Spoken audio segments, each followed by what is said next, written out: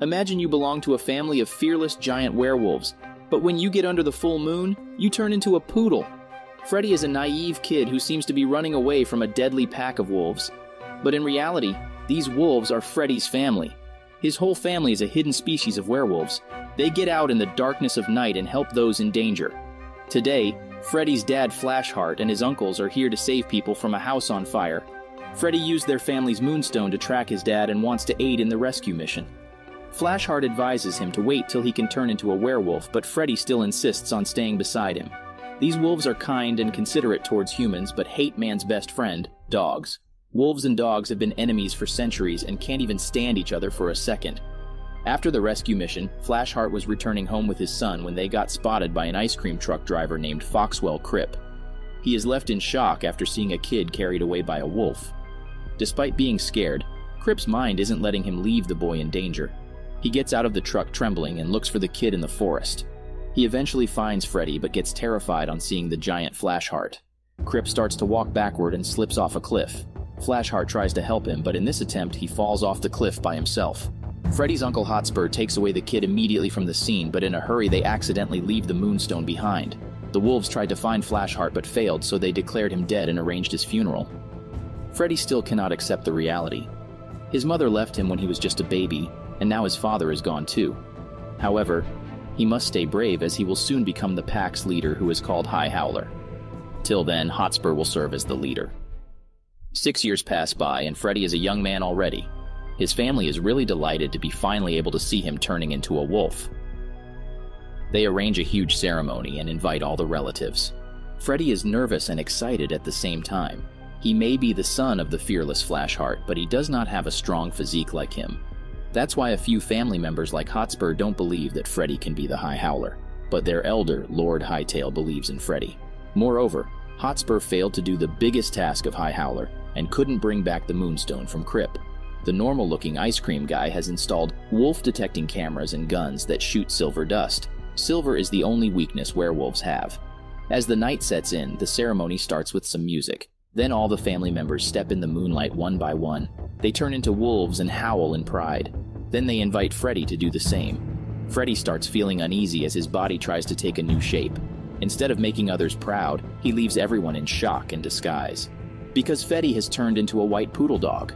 Hotspur calls it a curse of losing the moonstone. The werewolves can't accept being led by a dog and want to banish Freddy out of the family. Freddy begs for mercy and promises to prove himself as a wolf. Lord Hightail gives him the last chance. He has to prove that he is 100% wolf before the next moonrise. Otherwise, he will be banished forever. Hotspur and other wolves go out to rescue the world while the poor Freddy is shut in his room waiting for a miracle. Hotspur's kids come to make fun of Freddy's failure. They take him to the storeroom and dye his hair pink. They also put a collar around his neck. Freddy gets really angry and runs away after locking the kids in the storeroom.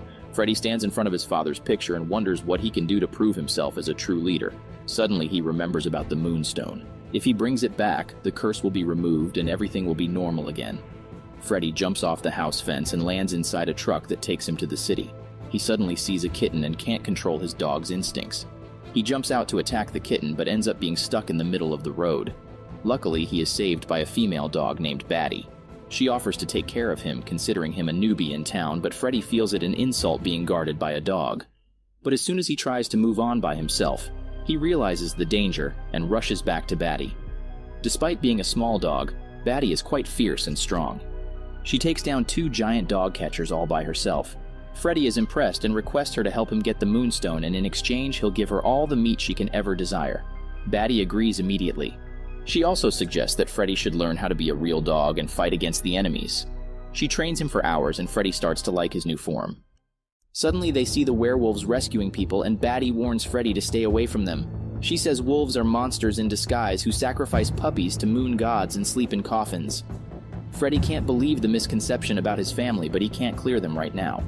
He needs Batty's trust to complete his mission. She takes him to Crip's place but doesn't dare to follow him inside. Freddy finds the moonstone, but it turns out to be fake. Crip is alerted of his arrival and catches him immediately. He ties him up and runs several tests to find if Freddy has any connections with the wolf. Actually, Crip isn't a bad guy. He just wants to avenge the werewolves because he assumes that Freddy is eaten away by a wolf. He notices the silver collar around the poodle's neck and tries to zoom in. Before he can succeed, Batty attacks him. She came back to help her friend. Together with her, Freddy runs out of the building with the real Moonstone. After reaching a safe place, Batty reminds Freddy about their deal of giving her the meat. Freddy doesn't know how to explain his family situation, so he stays quiet. Batty assumes that she has been deceived and returns to her own house. It's an old cardboard box. Batty used to live in a dog shelter, and every day she wished to be picked by a customer. But that day never came. Eventually, the shelter owner threw Batty outside and she spent her life as a stray dog. Freddy feels sorry for her and tells her that he has also been banished from his family. They were all big and strong while he was naive and useless. Batty comforts him and tells him that it doesn't matter how he looks from the outside. The actual worth lies within a person. While the dogs were sharing their stories, 2 dog catchers caught them and took them to the creepy Colfax dog pound. It's run by a rude and insensitive lady who calls herself Commander. She orders to send Freddy and Batty through the salon that cleans them brutally. Afterwards, they are locked in with other dogs. Luckily, they turn out to be Batty's old friends Twitchy, Bruno, and Hamish. They don't like being here either, but they have tried every way to escape but failed. However, Freddy believes in Batty and gives her some time to figure out a way. They must hurry because the Commander has prepared a dangerous machine for them. It is designed to transform dogs into hair wigs. She sends the blueprints to her business partner, who is no other than Hotspur. He's been working on this project to get rid of all the dogs permanently. While scrolling through the dogs' pictures, Hotspur finds that Freddy is caught by the Colfax too. He rushes to the company and requests to meet Freddy. The poor boy gets really excited and shows his uncle that he brought back the Moonstone. Hotspur takes the stone, but he still believes Freddy is an insult to the werewolves, so he leaves him behind. Poor Freddy realizes that his family doesn't want him anymore and returns to his cage. Batty asks for an explanation, and Freddy finally confesses that he's a werewolf who surprisingly became a poodle. Batty doesn't like the fact that Freddy kept his identity hidden and calls him a liar. She believes his family left him because of his selfish behavior. Freddy has lost both his family and his friends, but someone still cares for him. It's their housekeeper, Mrs. Muffins. She asks Hotspur about Freddy, but the cruel man keeps lying to her. Fortunately, she sees Freddy on the computer in Hotspur's car and rushes to save her beloved boy. Meanwhile, Freddy and his mates are still looking for a way to escape the prison. When the staff gives them a bone to eat, Batty uses it to block the cage door. She requests Twitchy to get out and unlock the door as she's the smallest. Twitchy does as instructed, but she can't see all the colors and presses the wrong button. The Commander comes over to inquire who tried to escape. They were about to catch Twitchy, but Freddy takes all the blame. Moreover, he pees all over the lady's expensive clothes, so Commander orders to throw him inside the beast dungeon. Freddy is trembling with fear as he waits for the beast to eat him. Little does he know the beast is no other than Flashheart. Freddy excitedly greets him and calls him Dad. Flashheart is doubtful at first, but then recognizes his son. Flashheart was caught by the Colfax dog catchers and was brought here. Hotspur had found him, but he didn't help. Instead, he put a silver bracelet on Flashheart so he couldn't turn into a human again, and Hotspur can be the High Howler.